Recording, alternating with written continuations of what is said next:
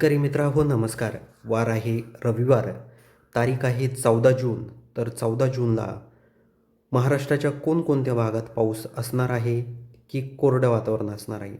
तर व्हिडिओ शेवटपर्यंत पहा आणि आपल्या चॅनलवर तुम्ही नवीन असाल तर सर्वात आधी आपल्या चॅनलला सबस्क्राईब करायला विसरू नका.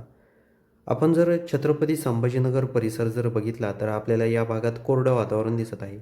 आपण इथे जर बघितलं संध्याकाळी 6च्या दरम्यान जर बघितलं तर आपल्याला नागपूर परिसरामध्ये इथे आपण बघू शकाल नागपूर, भंडारा, शिवानी त्याचबरोबर छेदवाड या परिसरामध्ये पाऊस दिसत आहे. म्हणजे हलका ते मध्यम पाऊस या भागामध्ये आहेच.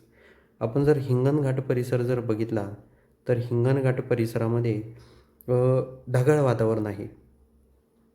यवतमाळ, अमरावतीमध्ये देखील ढगाळ वातावरण आहे.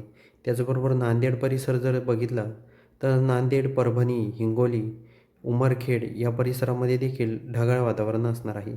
हा अंदाज आपल्याला लक्षात घ्यायचा आहे. आपण जर भंडारा परिसर बघितला तर भंडाऱ्यामध्ये देखील हलका ते मध्यम पाऊस पडू शकतो. जास्त प्रमाणात नाही, पण हलका ते मध्यम या भागामध्ये पाऊस असणार आहे. हा अंदाज देखील आपल्याला लक्षात घ्यायचा आहे.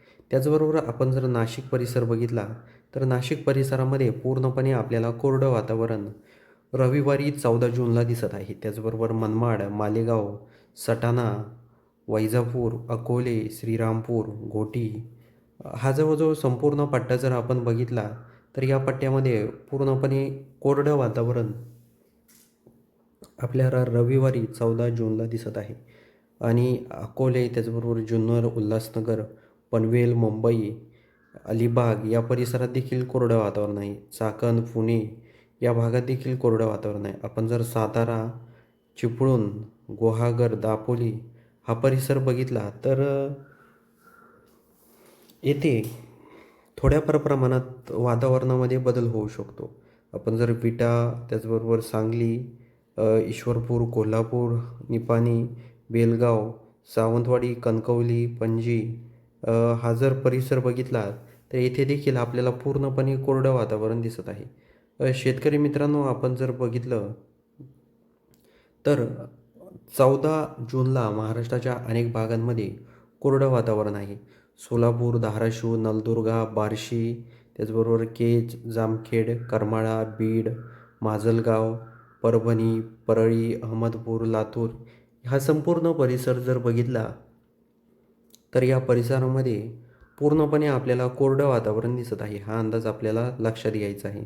त्याचबरोबर आपण जर छत्रपती संभाजीनगर भाग बघितला, सिल्लोड, तर या भागात देखील पूर्णपणे कोरडं वातावरण आहे. हे देखील आपल्याला लक्षात घ्यायचं आहे.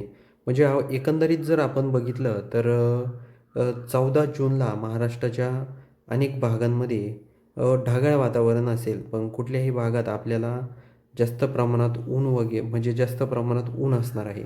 पण पाऊस आपल्याला जास्त प्रमाणात काही दिसत नाही आहे. ढगाळ वातावरण अनेक भागांमध्ये निर्माण होणार आहे, पण कुठलाही जोरदार स्वरूपाचा पाऊस आपल्याला जाणवत नाही आहे. त्याचबरोबर अहिल्यानगर, पारनेरमध्ये थोड्याफार प्रमाणात पाऊस होऊ शकतो. शिरूरमध्ये कोरडं वातावरण असू शकतं. म्हणजे येथे देखील जास्त प्रमाणात पाऊस जाणवत नाही आहे. दौंडमध्ये आपण जर दौंड परिसर बघितला, दौंड, केडगाव या परिसरामध्ये हलका मध्यम पाऊस पडू शकतो. हे देखील आपल्याला लक्षात घ्यायचं आहे. तर शेतकरी मित्रांनो, हा व्हिडिओ तुम्हाला कसा वाटला हे आम्हाला कमेंट बॉक्समध्ये सांगायला विसरू नका. आणि तुम्ही कोणत्या भागातून आपले व्हिडिओ पाहतात हे देखील आम्हाला कमेंट बॉक्समध्ये सांगा. आणि चॅनलला सबस्क्राईब नक्की करून जा. तर भेटूया पुढच्या व्हिडिओमध्ये. तोपर्यंत नमस्कार.